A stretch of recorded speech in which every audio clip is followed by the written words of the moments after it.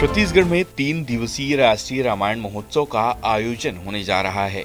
यह आयोजन छत्तीसगढ़ सरकार करवा रही है। छत्तीसगढ़ के मुख्यमंत्री भूपेश बघेल के पहल पर राष्ट्रीय आदिवासी नृत्य महोत्सव की तर्ज पर अब रायगढ़ में अगले महीने 1 जून से 3 जून तक भव्य राष्ट्रीय रामायण महोत्सव का आयोजन होने जा रहा है। संस्कृति विभाग द्वारा आयोजन की तैयारियां जोर शोर से की जा रही हैं। इस आयोजन के जरिए छत्तीसगढ़ में देश विदेश के कलाकारों के द्वारा रामायण की अनूठी प्रस्तुति देखने को मिलेगी। भगवान राम हमारे आराध्य तो हैं ही, हमारे प्रदेश का सौभाग्य है कि वे हमारे भांजे भी हैं। हमारी धरती माता कौशल्या की धरती है। आपको यह सूचित करते हुए मुझे बहुत हर्ष हो रहा है कि रायगढ़ के रामलीला मैदान में 1 जून से 3 जून तक हम रामायण महोत्सव का आयोजन कर रहे हैं। छत्तीसगढ़ शासन के संस्कृति विभाग द्वारा आयोजित इस महोत्सव में हमारे प्रदेश के साथ ही देश के अन्य राज्यों के रामायण दल भी हिस्सा लेंगे।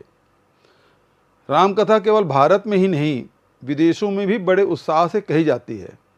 तो हमारे इस आयोजन में रामायण कहने वाले विदेशी दल भी अपनी प्रस्तुति देंगे। हमारे देश में रामलीला की अनवरत परंपरा रही है। जब राम कथा को महोत्सव के माध्यम से प्रस्तुत करेंगे तो विशाल संख्या में लोग राम कथा से संस्कारित हो सकेंगे।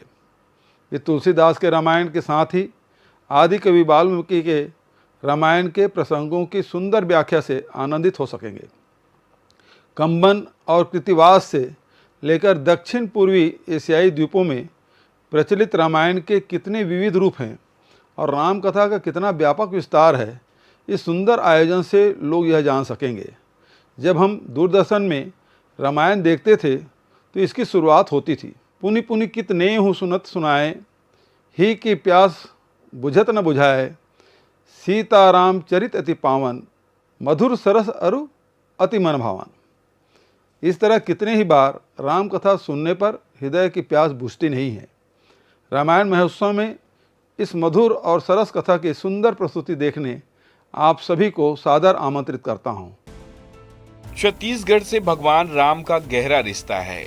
मान्यता है कि वनवास के दौरान भगवान श्री राम दंडकारण्य से होकर गुजरे थे और छत्तीसगढ़ के वनों का हिस्सा ही दंडक अरण्य का भाग था। इस बात को ध्यान में रखते हुए आयोजन में अरण्य कांड के प्रसंगों पर विशेष प्रस्तुतियां होंगी। संस्कृति विभाग के अधिकारियों ने बताया 1 जून से 3 जून तक रामायण महोत्सव में देश के विभिन्न राज्यों से आने वाले मानस मंडली के कलाकार दोपहर 2 बजे शाम 6 बजे तक और विदेशों से आने वाले मानस मंडली के द्वारा रात 8 बजे से रात 10 बजे तक प्रस्तुति देंगे। इस आयोजन में अरण्य कांड पर केंद्रित प्रसंगों पर विभिन्न राज्यों से आए मानस दलों के साथ ही विदेशी दलों के द्वारा भी रामायण की प्रस्तुति की जाएगी।